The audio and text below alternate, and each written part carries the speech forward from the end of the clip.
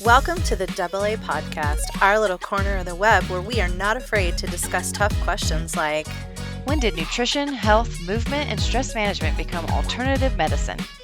Where we embrace challenges in all aspects of life to become healthier and stronger versions of ourselves. And where food and movement are the best kinds of medicine, and cooking meals at home is a revolutionary act.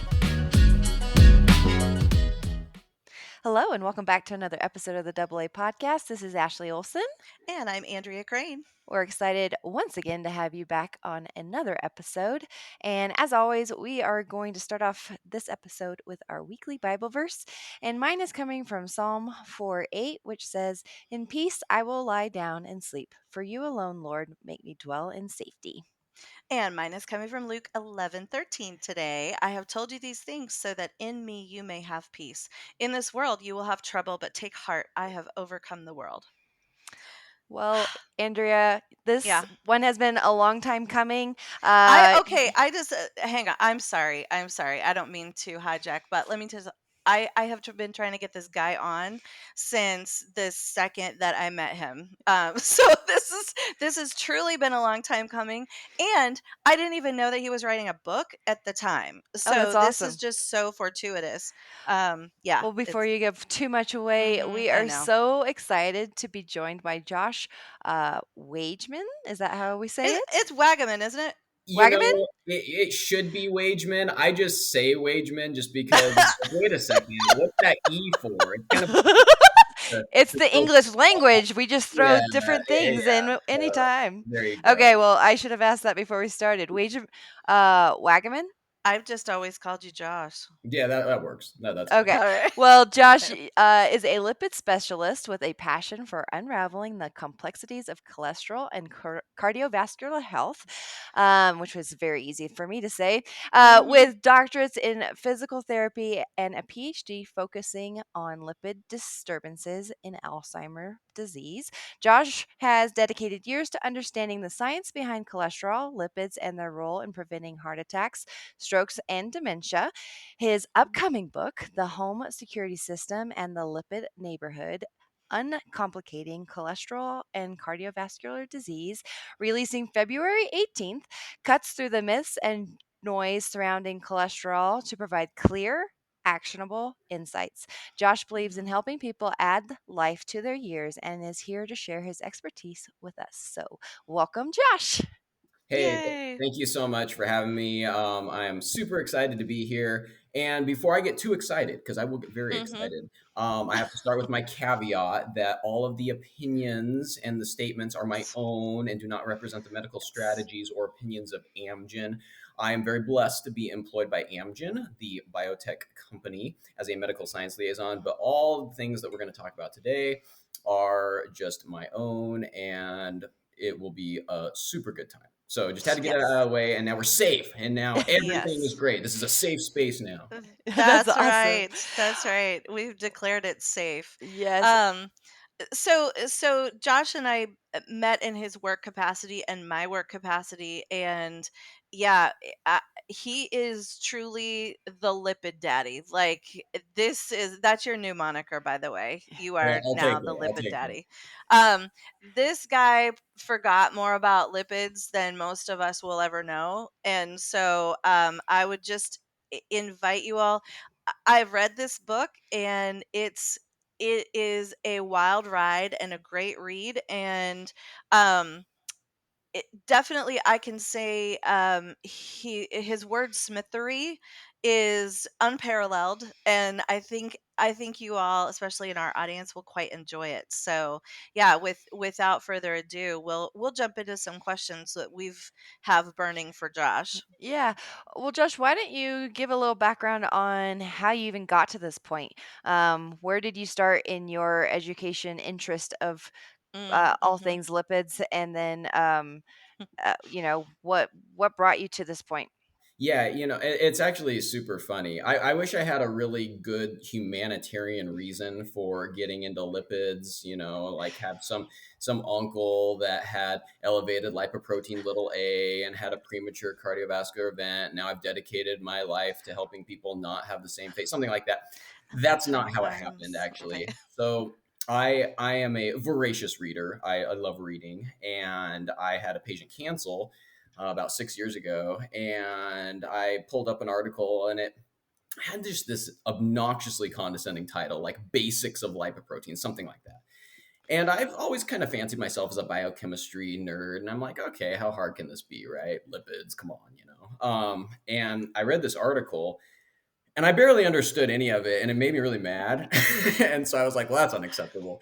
And so I was like, "Okay, I'm going to dedicate myself to trying to learn all there is to know about cholesterol, lipids, and its role in our metabolic system." And so the beauty of this is I learn new things every day.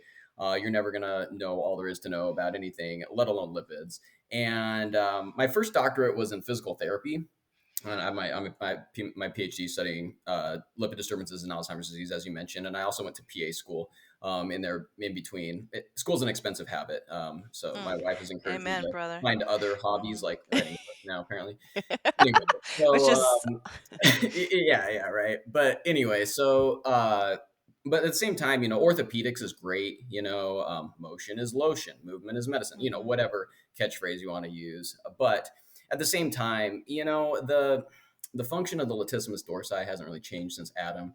And so, I just kind of wasn't super excited about just orthopedics and just the basic anatomy of everything, but with lipids and with the elegance of all these biochemical signaling pathways, man, it never ends. And why would you want to? Because it's such a privilege to be able to explore and learn all these things. And yeah, I'm very blessed to be able to do that. And my goal, though, is to help take some of these really esoteric concepts and put them in relatable forms. And that's really one of the reasons why I wanted to write this book, is to help people find the signal amidst the noise when it comes to cholesterol, when it comes to the role of cholesterol in various systems, the role of lipoproteins, and all the other things that can be very, very confusing.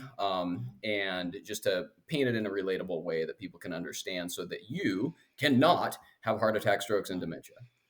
Yeah, I love it. And so with that, can you let's just jump into this book. I will say the format is unique. I found it uniquely written. And do you have a like a roadmap in your mind for how readers might extract the best reading out of it? How would you like for people to go through this book?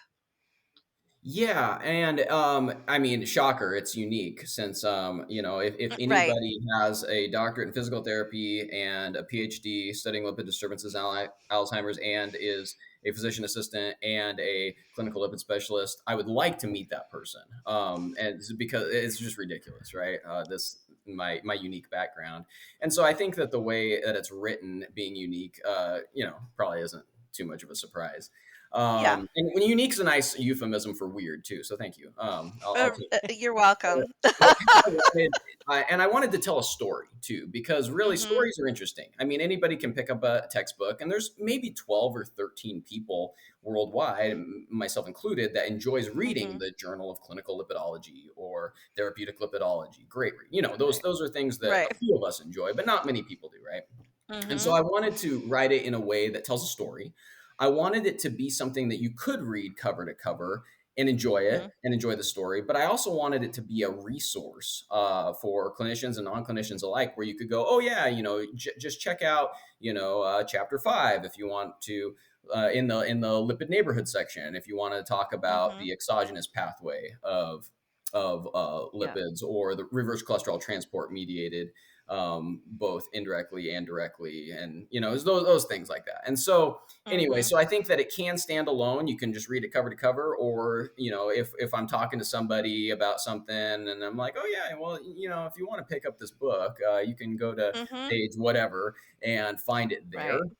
And so that's kind of how Mhm. I wanted it to be orchestrated. But from the very beginning, let's say that somebody is reading this book and they're just like, oh, I don't want to read the whole thing. I wanted it to be from the very beginning in the introduction to at least give you a summary of what I Mhm. flesh out for the entire book. And Yeah. so Mhm. my framework for people who don't want to have heart attack, strokes, and dementia is I want you to have a great home security system. and I want you to live in Mhm. a safe lipid neighborhood.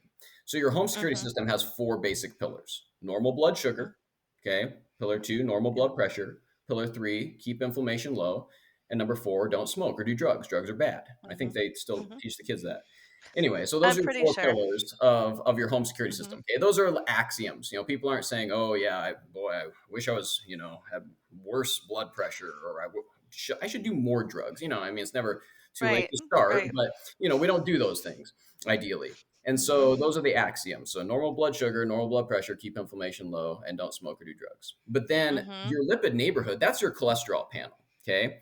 Right. Because every ApoB containing lipoprotein, or we'll just say LDL particle, okay, because it's really not the Mhm. mass of cholesterol that matters, is every LDL particle is potentially a criminal that could infiltrate Mhm. your home security system.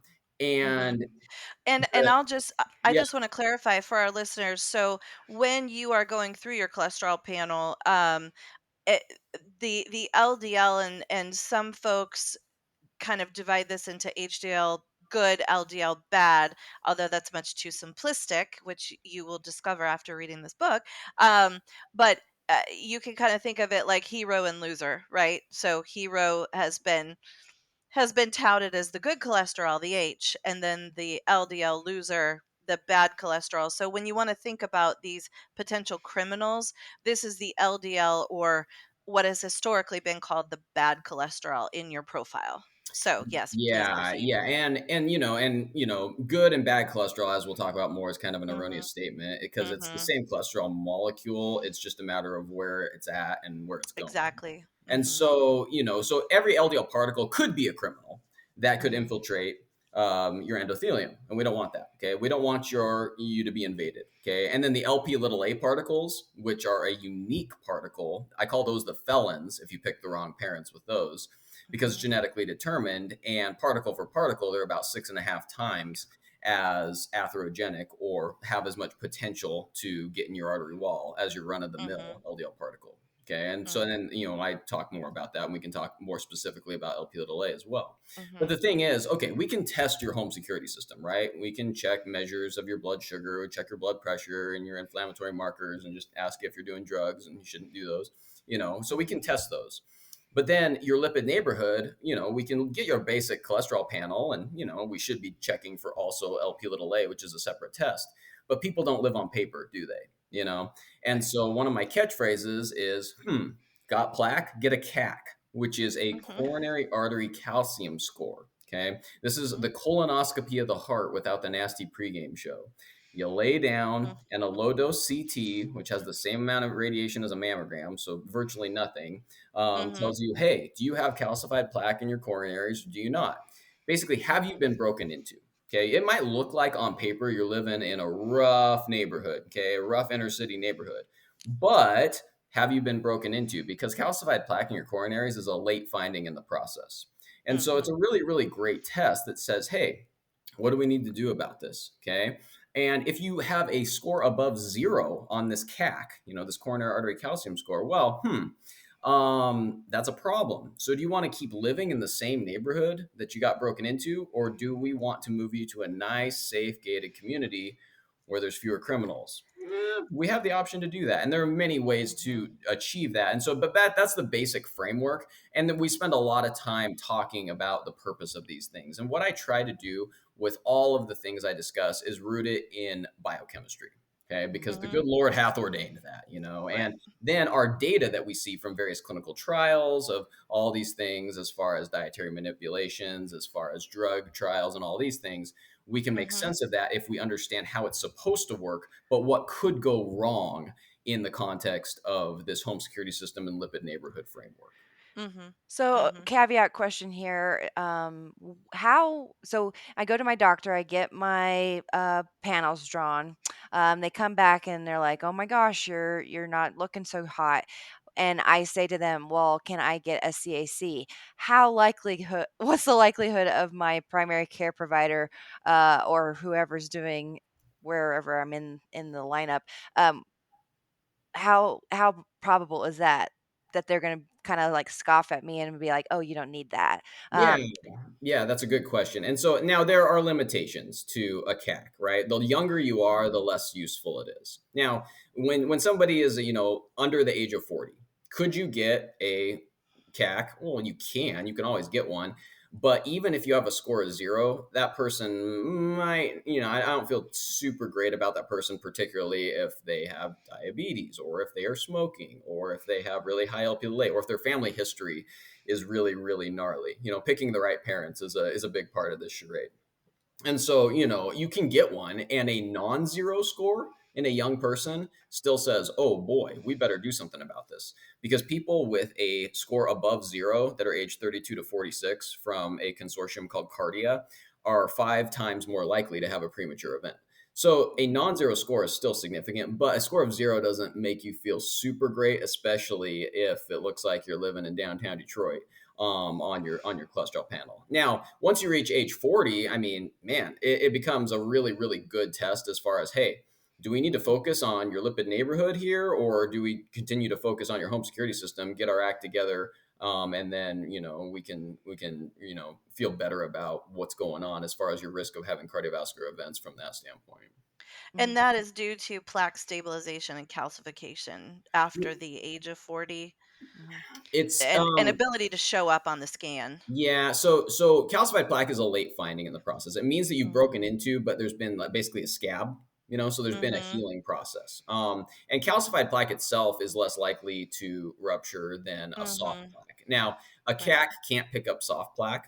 So I think as we're moving forward, and there's a place here in Boise that actually does run what's called a CT coronary angio, which is kind of like a CAC on steroids, and it will mhm, show soft plaque. So if we're concerned about, maybe a young person who looks like they're living in the worst inner city neighborhood on paper, and, maybe they have gotten a CAC, maybe they haven't, mhm, and it's 0, we can detect soft plaque with CT Mhm. coronary angiography. There are other ways to detect plaque. There's, 44% of the time from one study, it shows that the iliofemoral arteries are actually the first place that Mm. atherosclerosis starts, and it can start in the carotids even if you have a CAC of 0. And so there are many ways to identify this and shift the paradigm from reactionary to prevention, which is what we Mhm. want. Now, Mhm. do we need to go around and start ultrasounding everybody's iliofemoral arteries? Well, I mean, some people think so, probably not. But at the same time, there are ways to actually identify the problem before somebody has the big one rather than just wait around to react. And that's really what a Mhm. lot of the goal of the book is too, to shift the paradigm from reactionary to prevention. Mhm. Because, it's amazing how many people are wandering around, and, they're 40 to 75 age range, and, their LDL cholesterol has been a little elevated for a few years, and I don't know, Mhm. they seem like they're doing okay, and then they get a CAC, and it's like 1,500. And Mhm. the equivalent, I mean, a CAC of 300, you have the same risk of having a cardiovascular event as people who have had prior events, who have already been broken into and had the Mhm. big one, And which that's are the highest significant. risk people. So it's Yeah. like, whoa, this is bad news, but it's actually not bad news if you identify it, because you can't treat what you don't know. And so Right. really getting ahead of the game and identifying these problems before they become huge issues is one of the reasons why I also wrote this book, to try to shift that paradigm from reactionary to preventative. Mhm. And just in terms of clinical atmosphere, I do feel like Ashley, you could, if you had, legitimate concerns about what's happening cardiovascularly. I don't feel like ordering a CAC is a big deal for a lot of primary care folks. And it, your insurance mileage may vary, but it's not a super expensive test. I think here in the valley, it's probably 2 to maybe 250, depending on where you go. So, for a couple $100 or less than $300, this is really good information to have.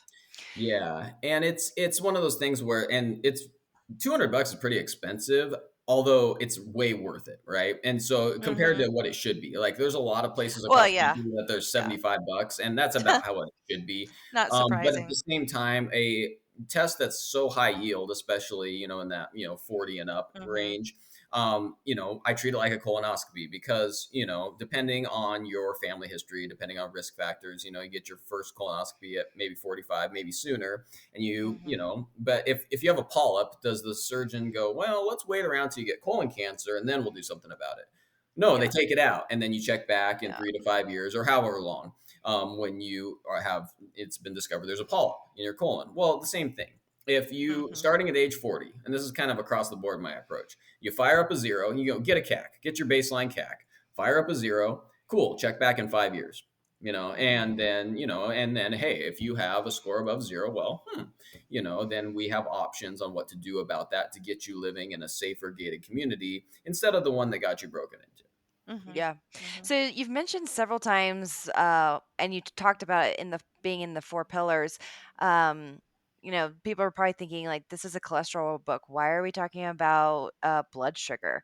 Can you explain the obvious lapse of judgment, or what's like the What was I thinking? what were you thinking? Like, can you? Sorry, should not be. Yeah. Yeah.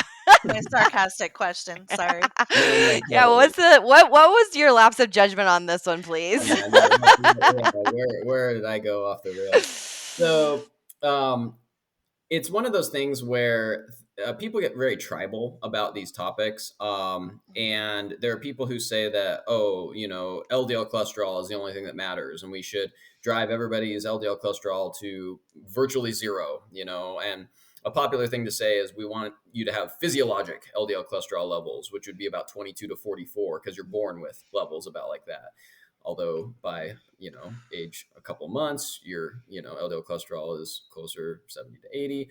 So I don't think that's a very good argument. But anyway, there, and people say that, and then there are people who are like, well, LDL cholesterol or cholesterol itself doesn't even matter.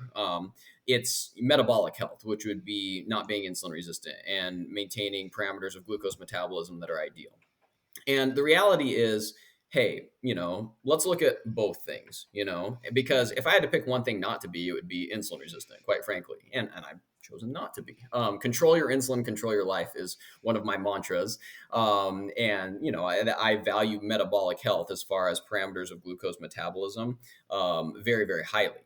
Yeah. But that's the thing. So all of these things matter. Your four pillars of your home security system, as far as normal blood sugars, normal blood pressures, and keeping inflammation low and not doing drugs, those matter a ton, right? But at the same Mhm. time, what kind of neighborhood are you living in? And that's your lipid panel. Because the thing is, when people have elevated blood sugars and diabetes, and all these things are kind of a continuum. It's kind of like being almost pregnant. You are, you aren't. It's just a matter of how far along you are in the process. Insulin resistance, Mhm. pre-diabetes, diabetes, it's all the same continuum. And so it's just a matter of how much end organ damage has resulted. But at the same time, Mhm. when you are insulin resistant, when you have diabetes, these lipoproteins that deliver mainly triglycerides, really these particles are mailmen. Okay, and mailmen aren't necessarily bad dudes. All of these particles that have one ApoB on them, so VLDL, IDL, LDL particles, they are designed to deliver the mail. The mail is primarily triglycerides. There's a few phospholipids, but mainly triglycerides. And you deliver the mail, the triglycerides, to mainly the muscle cells and the fat cells. And you can use the triglycerides in your muscle, or you can save them in your fat cells for usage later. And then what happens after that is the mailman goes home at the end of the day. Home is the liver.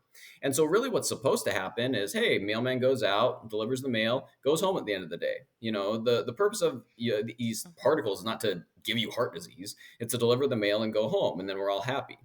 Problem is, when your mailboxes are full, which would be insulin resistance, diabetes, diabesity, all these things, a chronic state of overnutrition, well, the mailmen try to deliver the mail and they can't. So then they're out there driving around, loitering, and they get into mischief. And then they might deliver the mail to your arterial wall. Uh-oh, that's a bad mailman now, right? And instead Mhm. of packages, I say placages start to build up because the mailman crashed his truck into your arterial wall. And the reality is, you Mhm. can't have atherosclerosis, these plaques that build up in your arterial wall without a mailman going rogue. There are many factors that Mhm. contribute to the mailman losing his way, and maybe he gets caught in a sugar storm. It's hard to Mhm. see when you're driving, in a It storm, is. and there can be a sugar storm, and that can lead Mhm. to the particles being glycated and then ending up in your arterial Mhm. wall. and people with diabetes are 2 to 4 times as likely to die from coronary events than people without. There's a reason for that. And pretty much anything that could go wrong does go wrong in the context of diabetes. It's not good. And so it's one of those things where, in the metabolic milieu, in the context, if you can keep your home security system pristine, the likelihood of you getting broken into is less. Now, there are certain factors, though, and I have some examples of people who picked the wrong parents, especially when it comes to this lipoprotein little a, which we'll talk more about. That, hey, you know what? You can have a pretty dang good home security system and still get broken into. That is just a bummer. But at the same time, we can still have a preventive approach. We can use our various diagnostic tools to identify this prior to you having the big one, and then intervene accordingly. We're gonna have the Yeah. double barrel shotgun under the king size bed. Totally. Yeah. Well, so would you mind elaborating a little bit? You spent, I don't know, a page and a half talking about the impact of alcohol, and especially with our cultures love affair with all things wine. And I mean, what I have seen women increase their alcohol consumption considerably over the last few years, especially over the COVID holidays that we all had. And I, I have always been of the opinion that zero alcohol is probably the best way from a physiological standpoint. Um, but certainly with loads of moderation. And so can you speak to some of the issues of alcohol impacting this whole neighborhood system? Yeah, yeah, and you can always cherry pick an epidemiologic study, Hmm. like associations, with people who drank this and lived to be 114 or whatever. Right. You can always find those things, right? Right. But at the same time, I'm of the physiologic opinion that the right amount of alcohol for health optimization is zero. I Hmm. personally don't drink alcohol because I do the youth ministries at my church, Hmm. and the common sense cortices are very underdeveloped in the junior high and high school population, and I think that my impact that I want to Yeah. have for them as a Yeah. mentor would be compromised if they knew that I did that at all. Um, Yeah. and that said, though, from a physiologic standpoint, I don't think there's any Hmm. reason that you could say, "Oh, yes, this is beneficial." Right. Just because it's toxic to every cell in your body. It's a There's mitochondrial toxin. It's a yeah. neurotoxin. It Yeah. elevates something called uric acid, which will Hmm. also then subsequently elevate your blood pressure. Even though it's a central nervous system depressant, it impairs your sleep Hmm. quality, and Yeah. elevates your cortisol levels. Which is not a great thing either. If you're a Hmm. dude, it can give you moobs, or gynecomastia Yeah. if we The want to make moves. it Yep. sound less nefarious. But still, at the same time, I don't think Hmm. that's usually a life goal of guys, particularly the gym bros. And Hmm. so, they're really, and now someone might say, though, well, it elevates your HDL, the good cholesterol. That's true. But as I go into too, HDL does a lot of good things, but just a static marker of HDL cholesterol tells you nothing about its functionality. And Hmm. so, and raising it via alcohol, that's not a good reason to go and imbibe from the chalice Right. of adult drinks. And so, it's one of those things where I don't think there's any good reason to do it. And I didn't get into, just because I value my friendships, the what it does to cytosolic and mitochondrial NAD plus to NADH ratios. But Right. at the same time, it, Right. it just really impairs your ability to you know live. And so Yeah. I just don't think it's a good Yeah. idea. Now, if you're a person, who's 21 and up and wants to go and do that, well, fine. That's totally fine. There's nothing wrong with that. But, Hmm. just from a moral standpoint and what people choose to do, totally fine. But at the same Hmm. time, as far as Agreed. physiologic Yeah. value, you'd be hard pressed to really have a good argument for Yeah. actually having ethanol as a substrate for uh, For energy nothing. production. Yeah. Yeah. Yeah. Okay. Well, and so you've introduced us to a couple of the characters in your neighborhood. So we've talked about the mailman, we've talked about the felons. Can you introduce us to the police? And are there any other characters that I'm missing here? Yeah. So I mean, if you want to continue the Lipid Neighborhood metaphor, as far as the mailman metaphor, you could call the Hmm. HDL particles the police. They are capable of, when there's been a crime scene. Let's say that Hmm. one of the mailmen's gone rogue and delivered some cholesterol to your arterial wall where it doesn't belong. The HDL cholesterol, those particles can efflux. There's something called cholesterol efflux capacity, so they can go in there and remove some of the damage and take the cholesterol back to the liver where it belongs. And they're capable of doing a lot of I'm things. sorry, that sounds like a Back to the Future reference, and I love it. It, So it, I'm just giggling over here. yeah, so they can do stuff. But once Yeah. again, the real point of HDL cholesterol is super complicated. There are Mhm. hundreds and hundreds of proteins on it, Mm. sphingosine 1 phosphate, and also a serum amyloid A, and something called Mm. paraoxenase 1. There's so many proteins that dictate its function, and we still are trying to Mm. figure out what that means and the significance of Mhm. those things.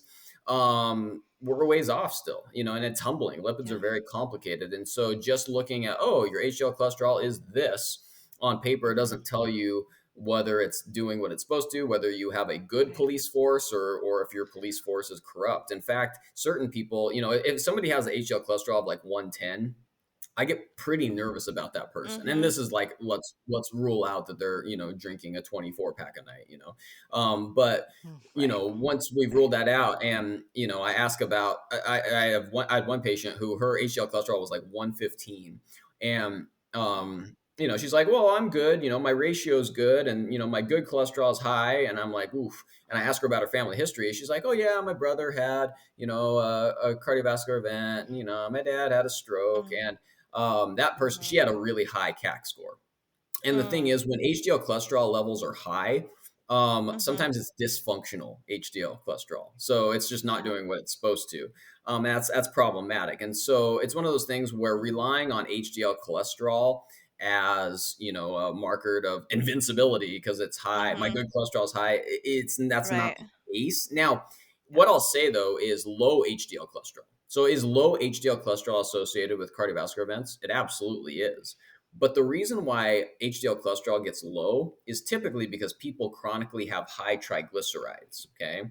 And when Mhm. people are insulin resistant, triglycerides, especially after you eat, go way, way up because your mailboxes are full. The mail isn't getting delivered. Well, what's interesting is there's this protein called CETP. It's cholesterol ester transfer protein.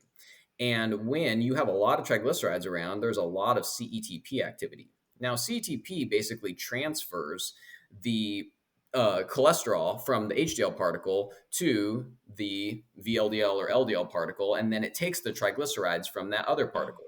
When there's a ton of triglycerides around, though, the HDL particles get real fat and fluffy. Okay, and HDL Mm. particles aren't supposed Mhm. to have a ton of fat on them. And so, in the attempted fat loss procedure, though, the HDL particle then becomes very gaunt and emaciated, and then your body takes it Mhm. out of circulation because it's like, ugh, that's a pathetic HDL. And so that's why people with high triglycerides, insulin resistance, they will have low HDL cholesterol most of the time. And so it's Mm. not telling you what the HDL cholesterol is doing. It's just telling you, oh, that person's insulin resistant. We know how bad that is. And so if you want to Right. use HDL cholesterol for anything, and the first person I heard this was from Dan Rader, who's brilliant. He's a brilliant uh, physician who has devoted a lot of his time to studying HDL. If you want to use HDL cholesterol just on paper in general, because there's always exceptions in lipids for anything, it's kind of like the A1C, the hemoglobin A1C of Mhm. postprandial Mhm. lipemia, or how high your triglycerides get after you eat. And Oh, so, interesting. Yeah. yeah, because if you have chronically high triglycerides, even if your fasting triglycerides are okay, if Mhm. your HDL cholesterol is low, a lot of times that means, hey, you're having big time spikes after you eat, and then overnight you have had long enough for it to come down to what's Mhm. considered normal, which 150 is way too high. But what's Right. considered normal on your lipid panel there, though. So it's very, very interesting. HDL is a phenomenal topic, incredibly complicated, but really the take home message is don't rely on whatever your HDL is as some Mhm. reason to not get a CAC or to not Yeah. evaluate other things that might give you a better understanding of the kind of lipid neighborhood and if you've been broken into or not. Okay. Okay. Can we talk about like are you comfortable talking about like numbers? Like, so for somebody Yeah. that doesn't have a medical background, when we go in and we get our panels drawn, can you talk about like what your primary care is saying is within normal range? When are they looking at being concerned? And then can you talk about like uh, why you're not necessarily always concerned if they're outside of that typical normal range? Yeah, yeah. So context always matters, right? And so it's one of those things where, somebody who's had two heart attacks and their LDL cholesterol is 78, well, I mean, I would actually want to get them in a much safer neighborhood than 78, even though for, you or me, who, hopefully has no family history that's raging or anything like that. And, hopefully pulls the levers as far as lifestyle goes to ensure that our home security system is great. LDL cholesterol at 78 would be like, oh, high five, let's go, out for a run now or go to CrossFit and celebrate, and so some celebration without alcohol, preferably. So, Mhm. context always matters. Mhm. And so, guidelines, and the thing is, I have a lot of, discussion about guidelines, and I'm big on understanding the process first and normal physiology as far as okay, these are mailmen, they deliver the mail, they go home at the end of the day, but and then what could happen, which is the mailman run his truck in your arterial wall. So if the mailman has ran his truck in your arterial wall, that necessitates a move to a safer lipid neighborhood. And so guidelines right now for people who are considered very high risk, as far as they've maybe had a heart attack or stroke, unfortunately, and they have a couple other factors like hypertension, diabetes, for instance. The recommendation now is, hey, we want those people's LDL cholesterol less than 55. And so that's the recommendation there. And I have a big section on equivalent particle metrics and ApoB equivalents. That is a nice resource Mhm. for clinicians if you want to have a deeper understanding of, hey, okay, what should we be using as far as this goes, and just not relying solely on LDL cholesterol. And so the context matters, right? But for, and then certain people who have no evidence of disease whatsoever, they will choose to drive their LDL cholesterol super, super low, and that's their prerogative. And there are safer and I think more intelligent ways to do that if you want to from a pharmacologic standpoint. But at the same time, my focus is, hey, let's emphasize your home security system. If you are in that 40 and up age range and you have a CAC of 0, the likelihood of you having a cardiovascular event over the next 15 years is, about like being mauled by a pack of wolves. It's not very likely. Mhm. The rule out in an asymptomatic person in that age range is over 99%. Okay. And so let's focus on your home security system like we should be focusing on all the time, because when you look at actually giving somebody a statin or a lipid lowering drug, if you have a CAC of 0 in that age range, your number needed to treat, meaning someone would actually benefit from this medication, ranges from 3,571 to infinite. Hmm. Is this really helpful? Is the point when you have a Mhm. CAC of 0 Yeah. in that age range? It doesn't seem really right. Now, there are arguments for the alternative, but at the same time, I don't think there's any argument ever to say, hey, boy, I wish I was more insulin resistant. Oh, my blood pressure is 115 over 75. Let's make sure it's 210 over 110. That could be good. Or, oh, I'm, not inflamed right now. Well, I'm sure life would be better if I was more inflamed. Or, Mhm. I haven't ever tried meth. Let's start. I mean, there's certain things that's like, no, you're not going to do that. So my argument would be, hey, let's focus on those things. And, and then the lipid neighborhood. I mean, we have many ways to identify if you've been broken into or not. And, we should check these things. And then if we need to move to a nice, safe gated community, we've got plenty of ways to do that as well. And so Mhm. that's really my framework for Mhm. cardiovascular disease. Cool. Cool. So, thank you for that. I just wanted to throw this in there. So if we've got people who are, in a clinical role in their day jobs, this is a great resource for that too. This is not just encourage your patients to get this book and read it. I think it's got great utility for clinicians as well, because we don't get a lot of this. In terms of what. What we're taught and what our understanding is, we're taught to numbers, we're taught to the, oh my gosh, the, what is it, ACSV, the this Oh, cardiovascular score. It drives me crazy, yeah, yeah, the almighty algorithm. yeah. And Oof, so yeah. yeah, you want to talk And about that, yeah, the your ASCVD risk, cardiovascular. the Yeah. pooled cohort equations, your 10-year risk score. Um, Mhm. and that's not even very good if you're planning on only living for 10 more years, quite frankly. And so, it's just it misses a lot of people. It overestimates in certain populations, underestimates in others. Mhm. I'm really not a fan of it. And that I'm not a fan of any algorithm that you just punch numbers in without understanding the individual utility of each biomarker. Agree. And that's why I spend a lot of time in my book explaining what this means, why Mhm. this does this, and it's much more organized than the discussion we've had. Because people probably listening are like, "Oh, these people are hopefully kind of interesting, but it's all over the place, right?" So very, very Ah, well organized, and I it wanted it is.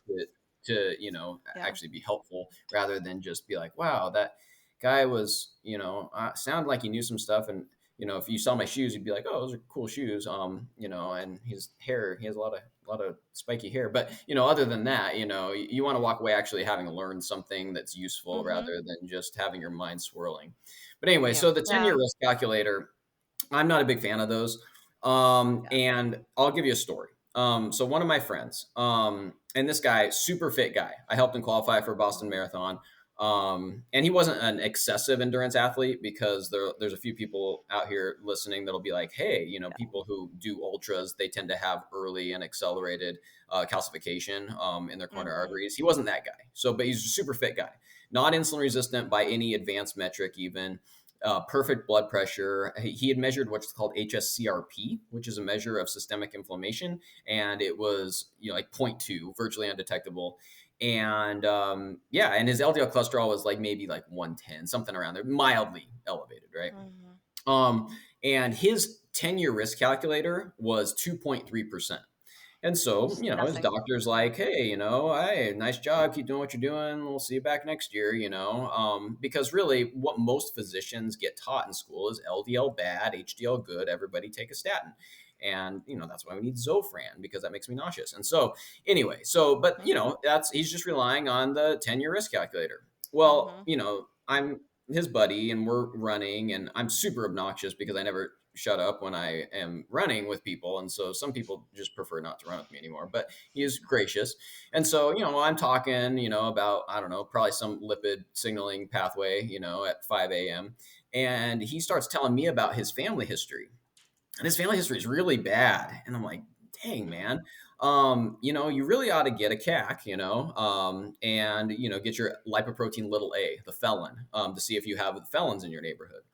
Well, elevated LP little a, anywhere from 30 to 50 is kind of intermediate. Anything over 50 milligrams per deciliter is elevated. His was 128, so real high. And then he got a CAC. And the first number he shows me, he's like, "Hey, is this bad?" The first number I see was like 960. And I was like, "Oh crap!" Knowing, remember, 300 has equivalent risk of you having an Mhm. event even over 4 years as people who have had prior heart attacks. That was in one vessel. His CAC score was 2,814. And so he went in, he had so much disease they couldn't even stent him. He had to have a 5 vessel Wow. cabbage. It's a coronary artery bypass graft. So he had to have a 5 vessel cabbage procedure at University of Utah earlier this year. He's doing great now. We're back to running. He's crushing it. But at the Mm. same time, man, if we were just relying on our 10-year risk calculator, holy Mhm. smokes, he wouldn't be here. And Mm. so Yeah. it's one of those things where there are profound limitations of these things, but at the same time, for just your primary care clinician, I think you could, get real sophisticated and run what's called an NMR spectroscopy or an ion mobility to get your Mhm. subfractionations of your various particles. You can, if you know what to do with an ApoB, that's a good test as well. You could do all these things, but at the same time, practically, if you just add an LP little a to your basic Mhm. lipid panel and then have an understanding of the utility of the coronary artery calcium score, you can really do a Mhm. much better job than across the board we're doing as far as prevention goes. Mhm. And so those Mhm. are the real takeaways for anybody. It's like, hey, got plaque, get a CAC, and what's your LP Mhm. little a? Because it doesn't really vary too Yeah. much. It's genetically determined. If you have low LP little a, you never have to check it again. If you have high LP little a, well, now you know. And, Mhm. there are things, particularly on the horizon, that are going to be actionable for those Yeah. folks who pick their own parents, and some ways to operate with nuance in the interim if that's part of the clinical picture. Yeah, and you know what, Josh? Before we get, because we're approaching an hour, and there is just so much. Like I'm bursting with questions. I'm wondering if you would consider coming back and doing a part two, before we get into like some of the strategies, before we get into, um, you know, particle size, and some of the other things that I had on the docket for today. Would you consider doing that? I would be honored to come back Okay. because this Okay. is super fun, and I mean the people who hang out with me know that I can go like all day and all night on this stuff, and that's not It's normal. But I fascinating. never claim to be normal. So, but at the same time, I want people to definitely come away just saying, hey, what's my home security system looking like? How's my blood Mhm. sugar? How's my blood pressure? Do I have any inflammatory markers that are elevated? Am I doing drugs? Don't do those things. Mhm. But then also saying, hey, Right. what's my lipid panel, right? Mhm. And so, you've got an understanding of your lipid panel. Maybe you've gotten your lipoprotein little A checked. And if you're age, if you're age 40 and you haven't gotten a CAC yet, go get a CAC. Got plaque? Mhm. I don't know. Get a Get CAC. a cat. Yep. Colonoscopy of the heart without the nasty pregame show. And so that's the real just hey baseline takeaways of these things. Mhm. But and also, hey, I think unfortunately the paperback isn't available for pre-order on Amazon, but the ebook is if you're a Kindle person. Mhm. And then at the very least, February Yeah, 18th tell is right around the people. corner. Yeah, where Yeah, can they find you or the information about your book? And is there, like you said, a pre-order for the book that's yeah, is yeah. coming So out you can February 18th? February 18th. So I want it to be so February's Heart Month, and it's right around Valentine's Day, Mhm. right? So isn't that So smart. romantic? And Mhm. so anyway, so I wanted to kind of be during February, and apparently Mhm. Valentine's Day itself is a terrible day to release a book. I've talked to some other authors. I'm like, oh, okay, well, I'll just be close enough. And so anyway, so it's coming Mhm. out February 18th. Now, the moment so let's say that you are interested in this book, and I think it's a good story too, because I can't help but I Mhm. don't want to just be a textbook for you. I want to share my life with you too, because life is kind of fun and funny. And Mhm. I tell stories that kind of inspired me to Mhm. go down this crazy circuitous convoluted route that I've found myself on. But anyway, so but let's say that you're interested in this, and if you on February 18th go and order the paperback, it'll be at your house within a day or two. Mm. Right Excellent. now, if you wanted to pre-order the ebook, you can. Just because if you're so excited, right? Mhm. You're like, wow, I listened to this and I have to just order the ebook. And maybe there are people out there probably like Yep. that. Let's say you wanted to do that, you can do that now. Unfortunately, there's a lot of logistics with actually setting up pre-order for paperback, and I was like, it's too much work. So anyway, Mm. so the only pre-order option is ebook, but February 18th is right around the corner. And Mhm. yeah, happy Valentine's Day. Pick that up. And one of my things to do There's a is cack. the ebook is like 9.99, and then the Mhm. paperback's going to be like 14.99. I want it to be Oh, that's cheap. amazing. I want it to be Mhm. super affordable, because my goal is not to go and have this be a huge money making endeavor. It's cover the cost of production, and then I just want people to read it. I want you to have a Yeah. fun time reading it. I want you to laugh a little, learn a little, and then hopefully come away. better off than when we found you. So that's really the That's goal. amazing.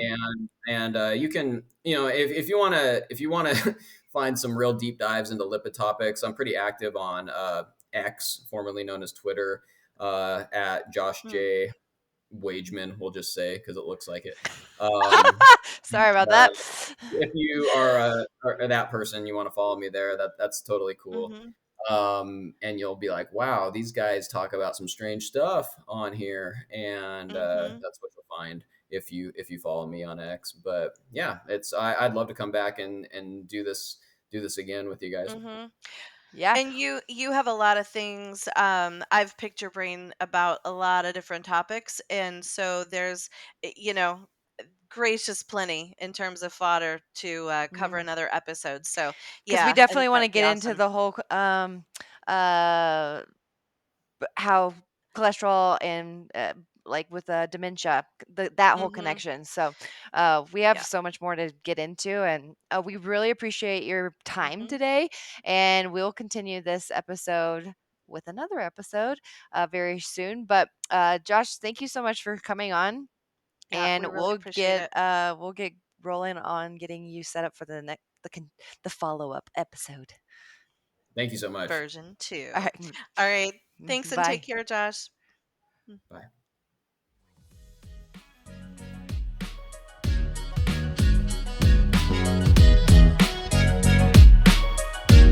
The content provided in the AA podcast is intended for informational and educational purposes only. The podcast is not a substitute for professional medical advice, diagnosis, or treatment. Always seek the advice of your physician or other qualified health provider with any questions you may have regarding a medical condition. The information and opinions expressed in this podcast are solely those of the individuals involved and do not constitute medical advice.